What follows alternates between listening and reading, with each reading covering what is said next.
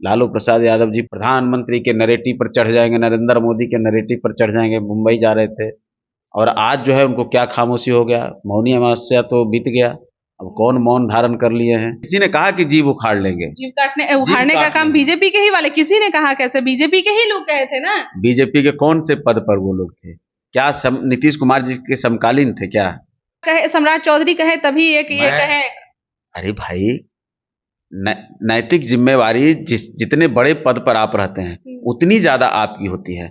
उस व्यक्ति का कौन संज्ञान ले रहा है? लेकिन नीतीश कुमार जी अगर कोई कुछ बोलते हैं तो पूरा बिहार, पूरा देश सुनता है और आपकी बातों को, आपका प्रशासन है, शासन है, आपके लोग हैं, आपके समर्थक है, सबके जहनियत में वो चीज जाती है। आप बोल रहे हैं कि हम लोग चुप नहीं बैठेंगे, आगे देखिए क्या होने वाला है, अब क्या करने वाले, क्या रणनीति बनाने वाले हैं भाई, चुनाव आने वाला बताएंगे। देखिए हम लोग लाठी भाला वाले तो लोग हैं नहीं। इस लाठी का तो प्रहार कीजिएगा ही, कहिएगा कि भाई देखिए दलितों का अपमान हुआ है। दो ही द्वार है, एक द्वार है बाबा साहब का दरवाजा है और दूसरा है गांधी जी का दरवाजा।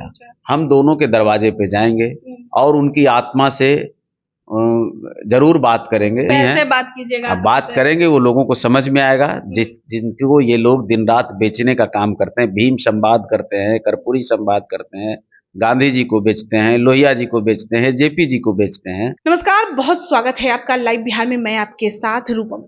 देखिए, जब शीतकालीन सत्र चल रहा था उस दौरान नीतीश कुमार जिस तरह से बातें कर रहे थे जीतन राम मांझी को लेकर, उस समय कहा जा रहा था कि दलितों का अपमान हुआ है। और अब दिवाली का जब समय था उस समय आप देख ही रहे हैं कि नरेंद्र मोदी का एक भाषण आता है और उसमें वो जीतन राम मांझी के अपमान के लिए वो बोल रहे हैं और मतलब उनका समर्थन भी मिल रहा है नरेंद्र मोदी का। आज हमारे साथ जीतन राम मांझी के पार्टी से श्याम सुंदर, जो कि यहाँ के प्रवक्ता हैं, वो हमारे साथ जुड़े हुए हैं।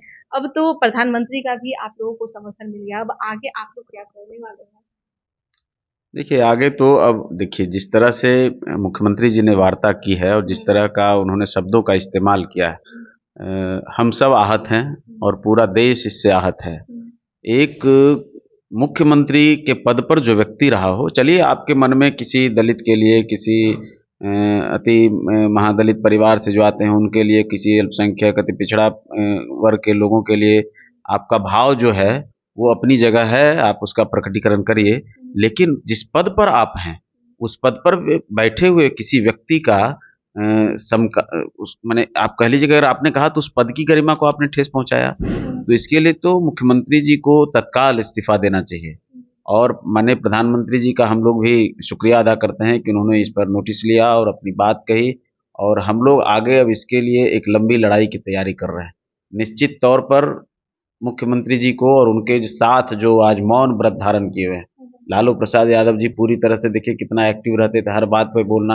प्रधानमंत्री के नैरेटिव पर चढ़ जाएंगे, नरेंद्र मोदी के नैरेटिव पर चढ़ जाएंगे। मुंबई जा रहे थे और आज जो है उनको क्या खामोशी हो गया। मौनी अमावस्या तो बीत गया, अब कौन मौन धारण कर लिए हैं।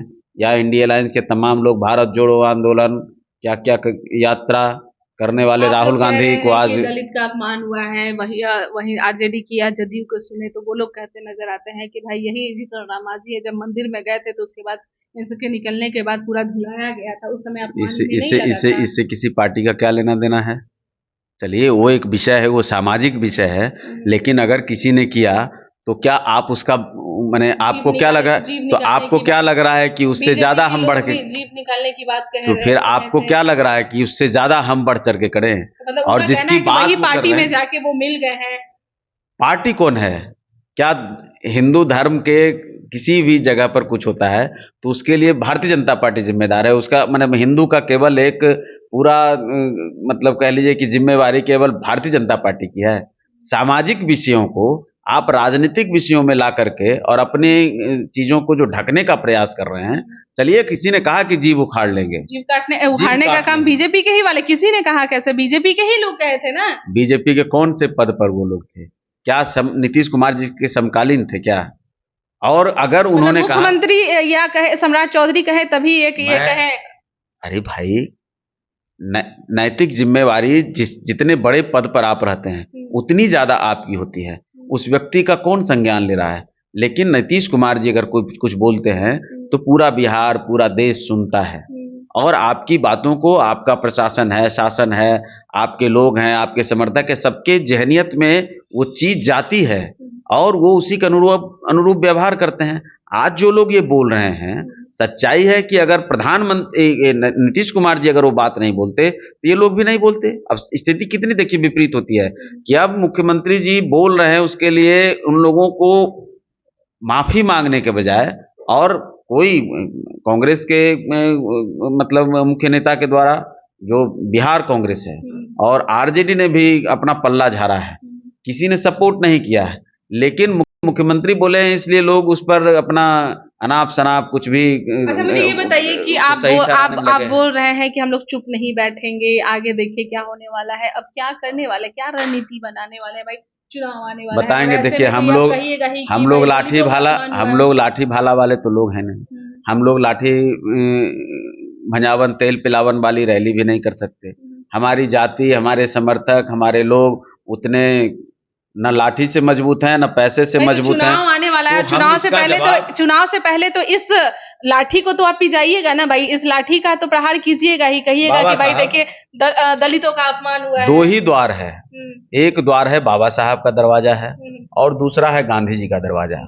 हम दोनों के दरवाजे पे जाएंगे और उनकी आत्मा से जरूर बात करेंगे। अब वो दैहिक रूप में तो नहीं है, कैसे बात कीजिएगा? अब बात करेंगे, वो लोगों को समझ में आएगा। जिनको ये लोग दिन रात बेचने का काम करते हैं, भीम संवाद करते हैं, कर्पूरी संवाद करते हैं, गांधी जी को बेचते हैं, लोहिया जी को बेचते हैं, जेपी जी को बेचते हैं, इन तमाम लोगों के पास जाएंगे तो और उनकी आत्मा से बात करेंगे कि आखिर देखिए कि आपके जो सपने थे, आपने जिन चीज़ों के लिए लड़ाई लड़ी, आपने जिनके लिए कुर्बानी दी, आज उस पर ये लोग किस तरह से बर्ताव कर रहे हैं और आपके औलादों के साथ, आपके लोगों के साथ किस तरह का व्यवहार आज भी ये लोग, ये झूठे, ये नकाब ओढ़े हुए लोग किस तरह से कर रहे हैं। जो ये नव सामंती लोग हैं, जो बात तो करेंगे गरीबों की, बात तो करेंगे अकलियतों की, बात तो करेंगे दलितों की, और काम क्या करेंगे? काम करेंगे उनको अपना बंधुआ मजदूर बनाकर रखने का। आगे की रणनीति बताइए, आगे क्या करने वाले हैं? आगे की रणनीति देखिए, हमारे नेता का फैसला है, अभी हम तो उस पर बात करेंगे आप लोगों से। प्रेस कॉन्फ्रेंस हमने बुलाया है, उसमें समय तारीख सब बताएंगे कि हम लोग बाबा साहब के पास जाएंगे, वहाँ मौन सत्याग्रह करेंगे, गांधी जी के पास फिर जाएंगे, वहाँ मौन सत्याग्रह करेंगे और आगे जैसे जैसे रणनीति बनेगी, हमारे नेता का जो मार्गदर्शन होगा उस पर हमारी पार्टी के और हमें लगता है कि पूरे बिहार के नहीं, पूरे देश के लोग जो इससे आहत मर्माहत हैं, सब लोग बैठेंगे। चलिए बहुत बहुत धन्यवाद।